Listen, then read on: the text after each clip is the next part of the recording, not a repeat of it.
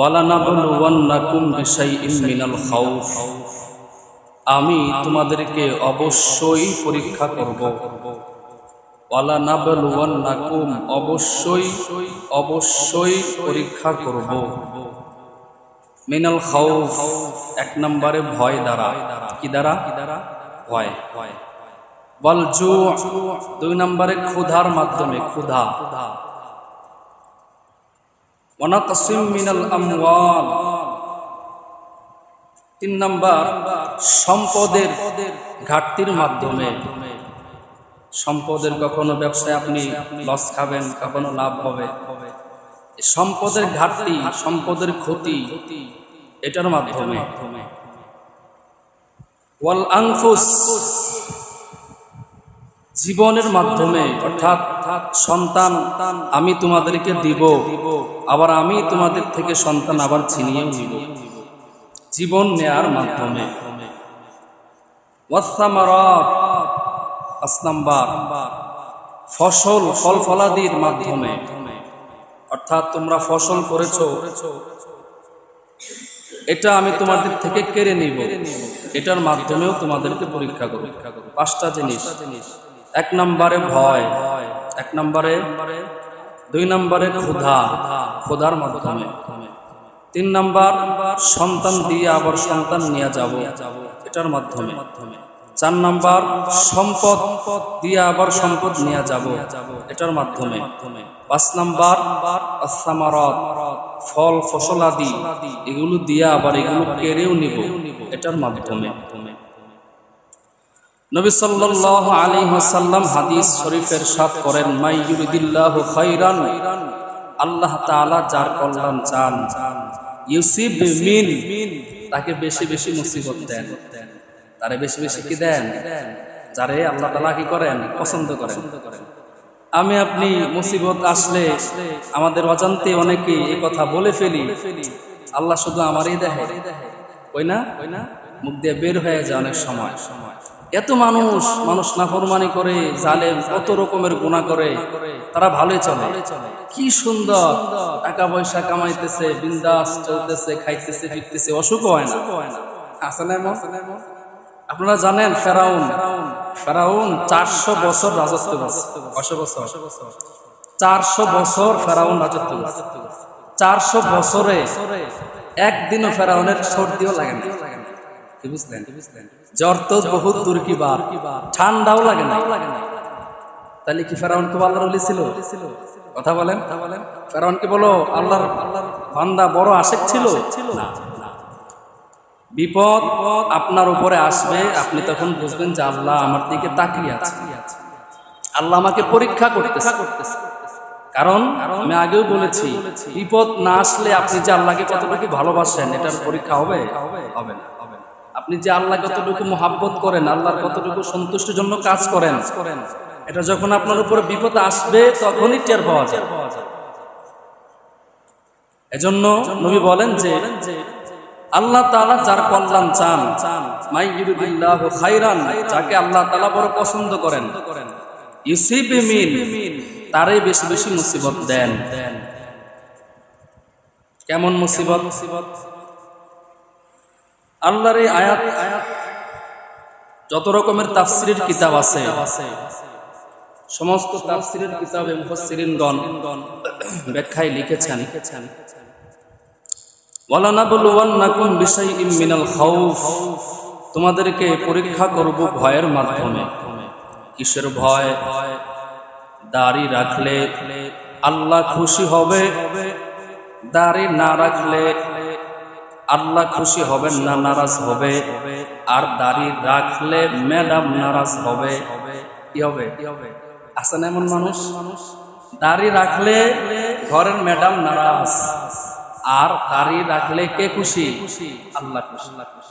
এখন বান্দা, তুমি যদি মালিককে ভয় করো, যদি মালিকের মহাব্বত তোমার অন্তরে পরিপূর্ণ থাকে, মালিকের ভয় যদি তোমার অন্তরে পরিপূর্ণ থাকে, ম্যাডাম একটা না হাজারটা গেলেও তোমার মুখে কখনোই প্লেট লাগবে না।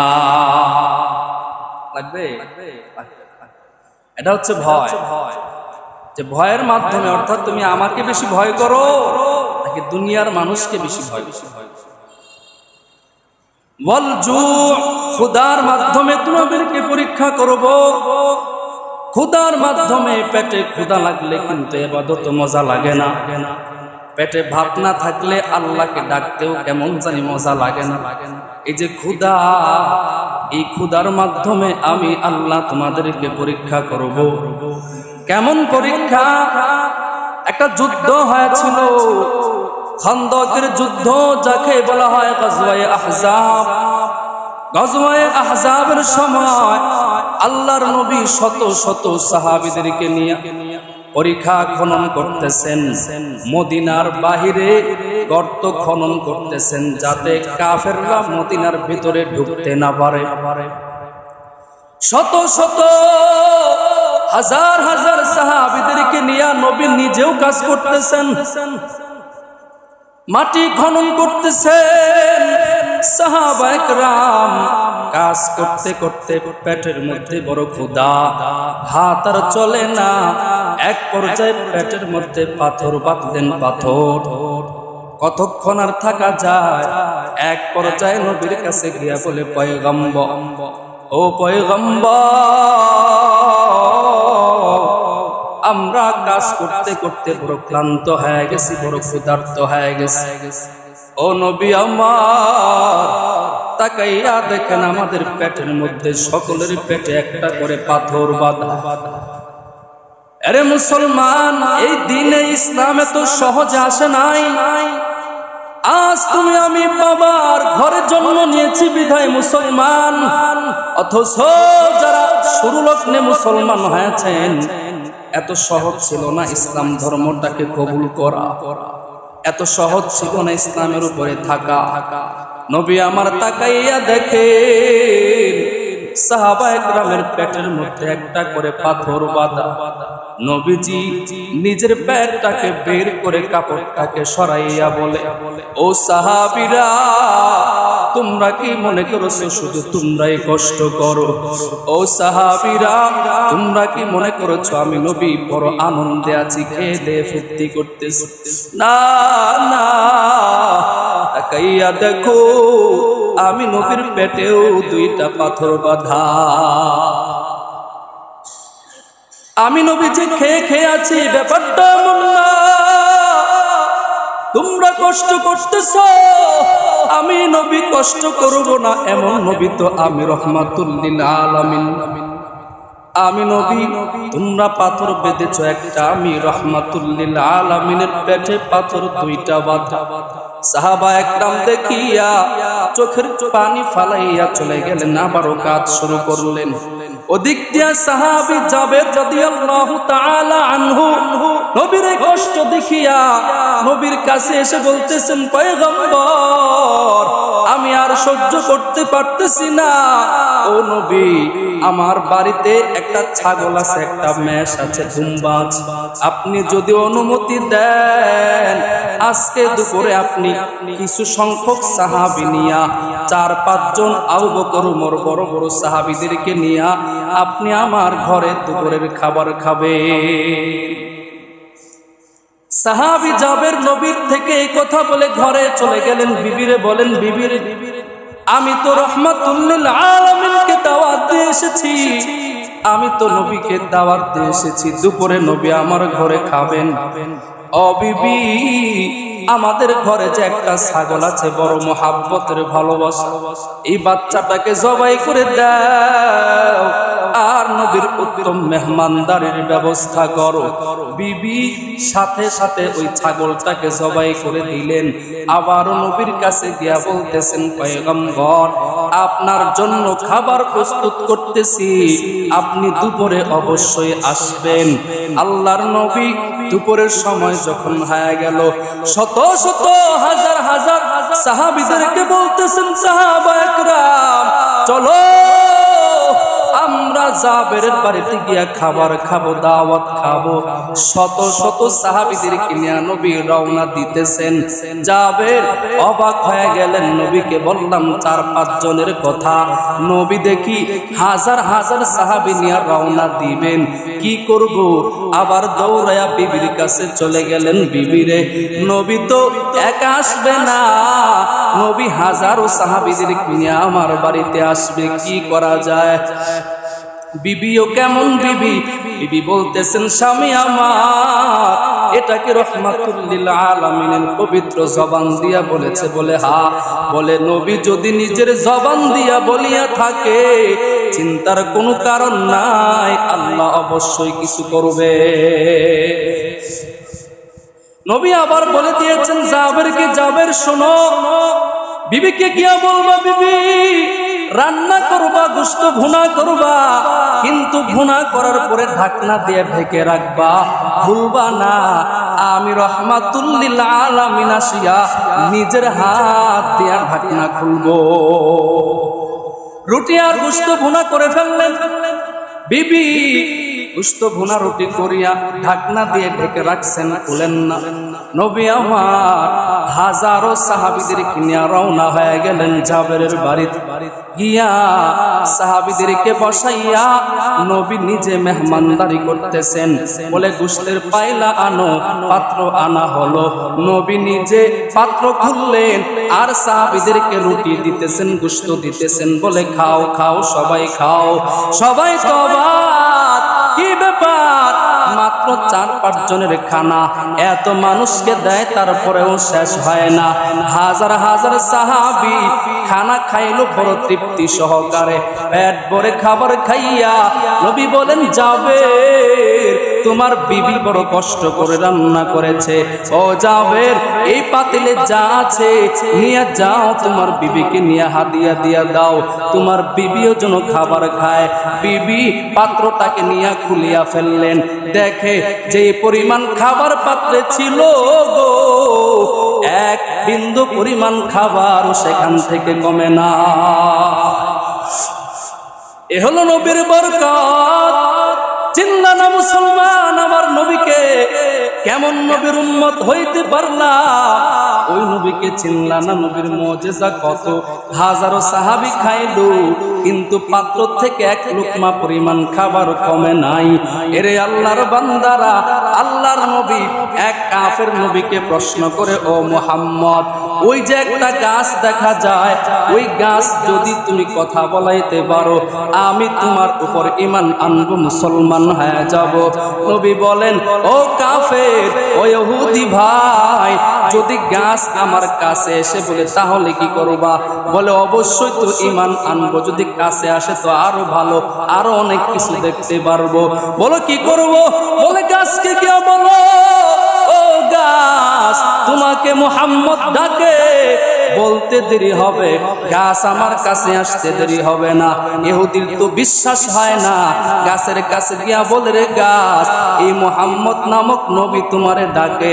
আল্লাহর নবী এই কথা বলার সঙ্গে সঙ্গে, নবীর কথা গাছ শোনার সঙ্গে সঙ্গে, কিতাবের মধ্যে আছে গাছ মানুষের মতো হেঁটে হেঁটে নবীর কাছে চলে আসে। শুধু এসেই ক্ষান্ত হয় না, আশহাদু আন্নাকা মুহাম্মাদুর রাসূলুল্লাহ। গাছ বলে, ও মুহাম্মদ, আমি সাক্ষ্য দিতেছি আপনি আল্লাহর পয়গম্বর। কেমন নবীর উম্মত! বুখারী শরীফের বর্ণনা, বানানো কোনো কিচ্ছা নয়। আল্লাহর নবী একটা খেজুরের গাছের মধ্যে হেলান দিয়া খুতবা দিতেন, জুমার নামাজ পড়াতেন। একটা খেজুরের গাছে হেলান দিয়া, গাছটা এখনো মদিনাতে আছে, উস্তুনে হান্নানা নামে। এই গাছের মধ্যে হেলান দিয়া নবী খুতবা দেয়। মদিনার এক ধনাঢ্য মহিলা নবীর কাছে এসে বলে, পয়গম্বর আপনি যদি অনুমতি দেন, আপনি যে গাছের মধ্যে হেলান দিয়া খুতবা দেন, আমি আপনার জন্য সুন্দর একটা কাঠ দিয়া মিম্বর বানায়া দিতে চাই। নবী বললেন ঠিক আছে, অনুমতি দিয়া দিলেন। ওই মহিলা সুন্দর একটা কাঠ দিয়া সুন্দর করে একটা মিম্বর বানায়া আনলেন, নবীর সামনে রাখলেন, জুমার খুতবা দিবেন। নবী আমার যখন মিম্বরের মধ্যে পা রাখলেন, মিম্বরের মধ্যে বসে পড়লেন, খুতবা দিবেন, এমন সময় নবীর কানে আসে কে যেন হাউ মাউ করে মানুষের ভাষায় কান্না করতেছে। সাহাবায়ে কেরাম অবাক, কে কান্না করে মানুষের মতো কান্না করতেছে কে? কাউকে তো দেখা যায় না। নবী আমার ডানে বামে তাকাইয়া বুঝতে পারলেন যে দেখে ওই যে উস্তুনে হান্নানা নামক একটা খেজুর গাছ, যাকে হেলান দিয়া নবী আমার খুতবা দিতেন, ওই গাছের থেকে আসতেছে মানুষের ভাষায় কান্নার আওয়াজ।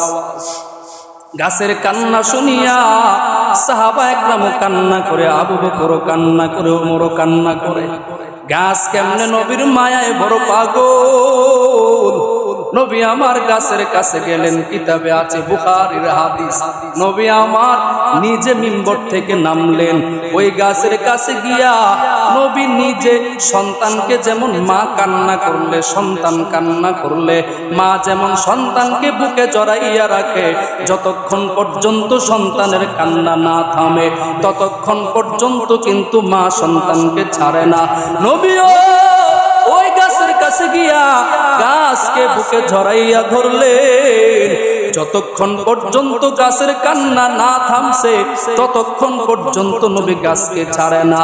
এক পর্যায়ে গাছ বলে, পয়গম্বর আপনি আমাকে হেলান দিয়া দিয়া খুতবা দিতেন, ও নবী আমার আজ আপনি যে এই যে খাটের মধ্যে বসে খুতবা দিবেন, পয়গম্বর আমি তো আপনার থেকে আলাদা হতে চাই না, আমি আপনার সাথেই থাকতে চাই। নবী বললেন, গাছ আমি তোমার জন্য দোয়া করব, দুনিয়াতে তুমি 1000 বছর দুনিয়াতে থাকবা, শুধু দুনিয়াতে না জান্নাতেও তুমি আমার সাথেই থাকবা। এই হলো মুহাব্বত, গাছের ভালোবাসা।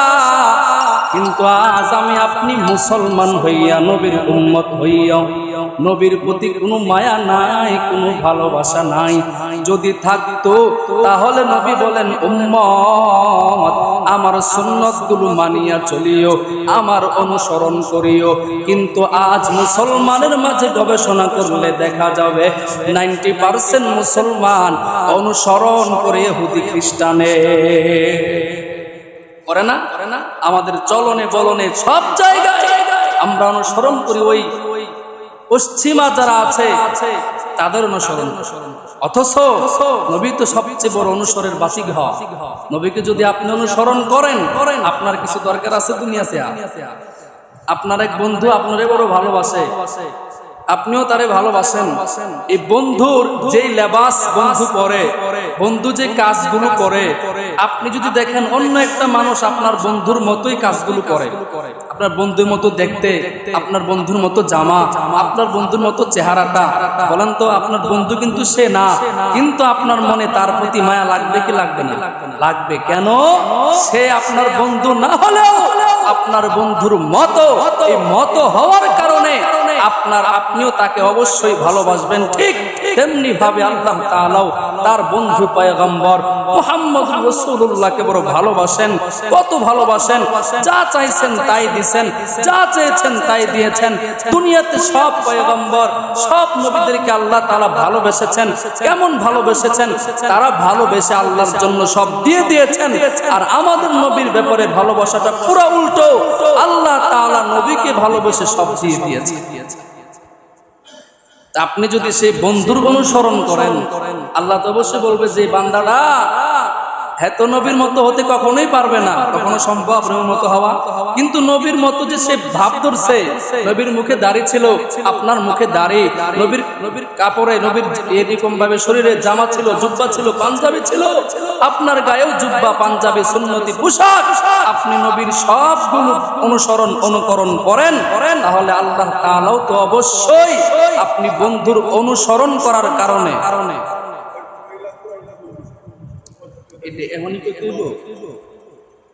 আপনি বন্ধুর অনুসরণ শুধুমাত্র করার কারণে অবশ্যই বন্ধু আপনারা কি করবে? ভালোবাসবে না? আল্লাহ অবশ্যই আপনারা ভালোবাসবে। এজন্য বলেছিলাম 5টা জিনিস। 1 নাম্বার আল্লাহ বলছেন পরীক্ষা করব। 1 নাম্বার কি দিয়া? ভয়ের মাধ্যমে। কিসের মাধ্যমে? 2 নাম্বার ক্ষুধার মাধ্যমে পরীক্ষা দিয়েছেন সাহাবায়ে কেরাম। এই যে ক্ষুধার্ত থাকা অবস্থায়ও নবীর অনুসরণ ছাড়ে নাই, ক্ষুধার্ত থাকা অবস্থায়ও নবীর কথার বরখেলাফ করে নাই, ক্ষুধার্ত থাকা অবস্থায়ও নবী যা বলছেন তার বিপরীত করে নাই। তারা তো পরীক্ষা দিয়েছে। 3 নাম্বার সন্তান দিবেন, আবার সন্তান কেড়ে নিবেন। সন্তান দিয়া সন্তান কেড়ে নেবেন, এটাও একটা পরীক্ষা, এটা বড় পরীক্ষা। পৃথিবীতে একটা কথা আছে, বাবার কাঁধে সন্তানের লাশ যত বোঝা পৃথিবীতে আছে, সব থেকে ভারী বোঝা কি? বাবার কাঁধে সন্তানের লাশ। যারা কাঁধে এরকম লাশ নিয়েছেন তারা জানেন, তারা অবশ্যই জানেন যে কত কষ্ট সেটা। সন্তান মারা গেলে বাবার আগে যে বাবা এরকম পরিস্থিতিতে পড়েছেন সে জানে। আমার জীবনের বাস্তবে ঘটনা শোনাই। আমার এক আপন মামাতো ভাই হাফেজ হয়েছে, যাত্রাবাড়িতে পড়তো, নাহাবিমির পর্যন্ত পড়ছে, প্রায় মাওলানা হওয়ার অর্ধেক চলে গেছে। করোনার সময় ঘটনাক্রমে কারেন্টের ইলেকট্রিক শক খায় সে মারা গেছে। হঠাৎ সে জানতেও না, ফজরের নামাজ পড়ছে, নামাজ পড়া আমল করতে অনেক, জোহরের আগে জোহরের নামাজ পড়বে, বাড়িতে এসে গোসল করবে। তো এই সময় তাদের এরকম গোয়াল ঘরে গরুকেও গোসল করায়। আমাদের দেশে এরকম মনে করেন নদী আছে, গাং যেটা বলে, গাঙ্গের সাথে গোয়াল ঘর। তো এরকম মোটর দিয়ে পানি উঠায় গরুকে গোসল করাইতে গেছে। তো মোটরের যে লাইনটা ছিল ওটা ডাইরেক্ট কারেন্ট লাইন ফিট করা ছিল, বুঝেন নাই? মনে করেন লাইনটা কারেন্ট থেকে সরাসরি আসছে, সে ভাবছে হয়তো যে লাইনে কারেন্ট নাই, সে ধইরা মোটর লাইন লাগাইতেছে। যখন ধরছে কারেন্টের কেউরে চিনে, সাথে সাথে একেবারে গতিতে গিয়ে পড়ছে। বিপদের উপর বড় বিপদ। একে তো কারেন্টের শক করলে পানির থেকে দূরে থাকার লাগে, আবার গিয়ে পড়ছে নদীতে, একবারে পানির নিচে চলে গেছে, পুরাটা শরীর দেহ কালো হয়ে গেছে, ফুটমুট কালো হয়ে গেছে। পানির থেকে উঠানোর পরে এরপর নৌকা দিয়ে নিয়ে যাইতেছে হসপিটালে, যাইতে যাইতে রাস্তায় শেষ হয়ে গেছে, দুনিয়া থেকে বিদায় হয়ে গেছে। তারপরেও তো মা বাবার অন্তর মানে না, হসপিটাল নিয়ে গেছে, নিয়ে যাওয়ার পরে তো ডাক্তাররা বলছে যে সে আর দুনিয়াতে নাই। যেটা বোঝাইতে চাইতেছিলাম, এরপর দেশে গেলাম, বাড়িতে গেলাম। তো যুবক মানুষ, আমার সমবয়সী হবে, হাফেজ, বাবার 5টা সন্তান, এর মাঝে এটা 3 নাম্বার, এবং সে হাফেজ।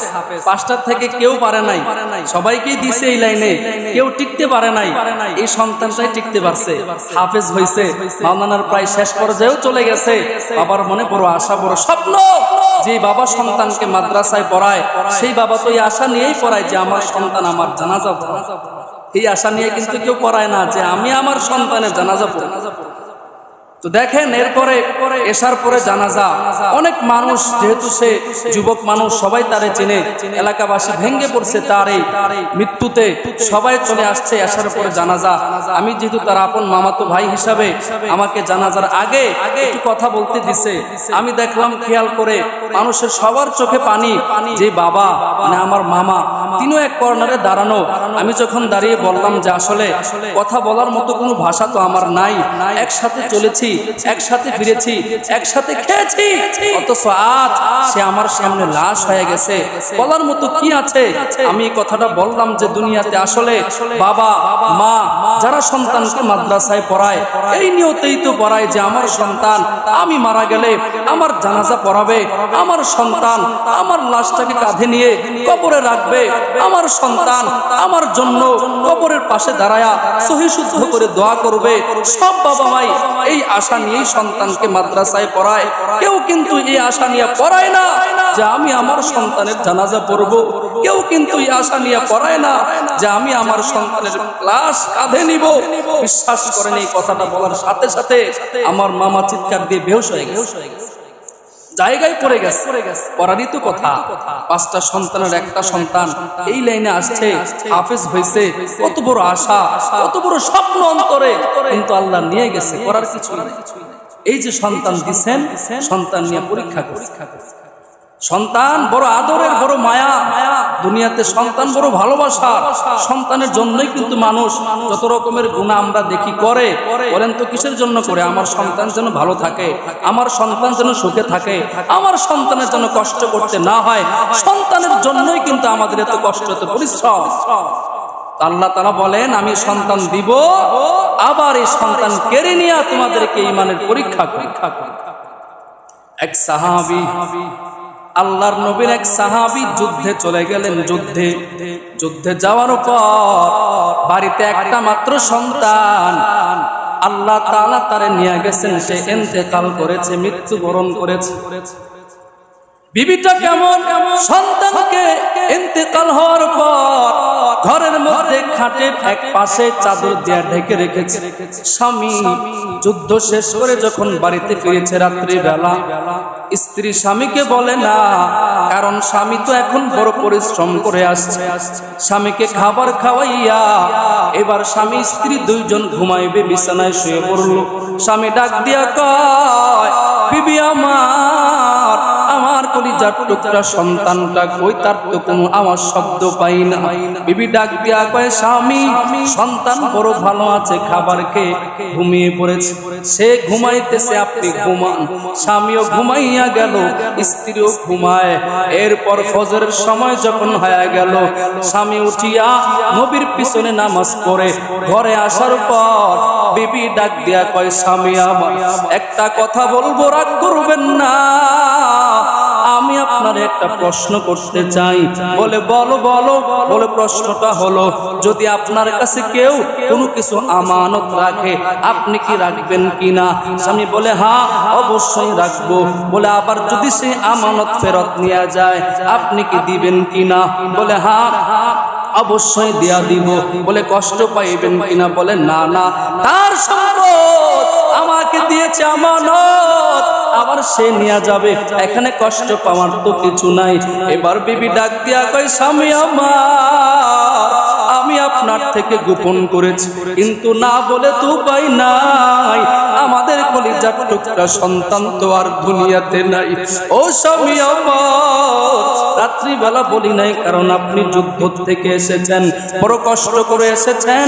আপনাকে বললে আপনি বড় কষ্ট পাইতেন, আর ঘুমাইতেন না, কান্না করতেন, এজন্য রাত্রিবেলা আপনাকে বলি নাই। ও স্বামী, আমাদের সন্তান তো আর দুনিয়াতে বেঁচে নাই।